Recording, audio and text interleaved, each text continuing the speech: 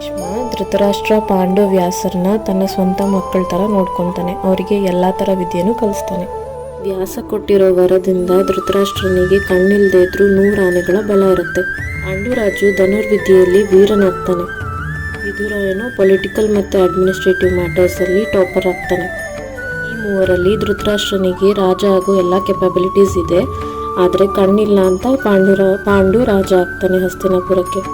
ಇದರಿಂದ ಧೃತರಾಷ್ಟ್ರ ತುಂಬ ಫೀಲ್ ಆಗ್ತಾನೆ. ಪಾಂಡುರಾಜ ಒಂದು ಸ್ವಯಂವರದಲ್ಲಿ ಕುಂತಿನ ಗೆಲ್ತಾನೆ, ಇನ್ನೊಂದು ಸ್ವಯಂವರದಲ್ಲಿ ಮಾದರಿನ ಗೆಲ್ತಾನೆ. ಎಷ್ಟೊಂದು ಯುದ್ಧದಲ್ಲಿ ಗೆದ್ದು ಪಾಂಡುರಾಜು ತುಂಬ ಪವರ್ಫುಲ್ ಆಗ್ತಾನೆ. ಪಾಂಡುರಾಜುಗೆ ಬೇಟೆಗೆ ಹೋಗೋದಂದ್ರೆ ತುಂಬ ಇಷ್ಟ. ಅದೇ ಥರ ಒಂದಿನ ಬೇಟೆಗೆ ಹೋದಾಗ 2 ಜಿಂಕೆ ಮೀಟ್ ಆಗೋದನ್ನು ನೋಡ್ತಾನೆ.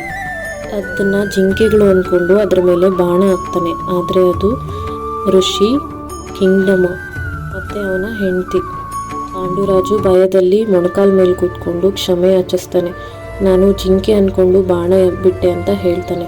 ಆದರೆ ಕೊನೆಯ ಕ್ಷಣದಲ್ಲಿರೋ ಆ ಮುನಿ ಪ್ರಾಣಿಗಳು ಆ ಸಮಯದಲ್ಲಿ ಇರುವಾಗ ನಿನಗೆ ಬಾಣ ಬಿಡಬೇಕು ಅಂತ ಹೇಗೆ ಅನ್ನಿಸ್ತು ಅಂತ ಕ್ವಶನ್ ಮಾಡ್ತಾ ಈ ಥರ ಶಾಪ ಕೊಡ್ತಾನೆ.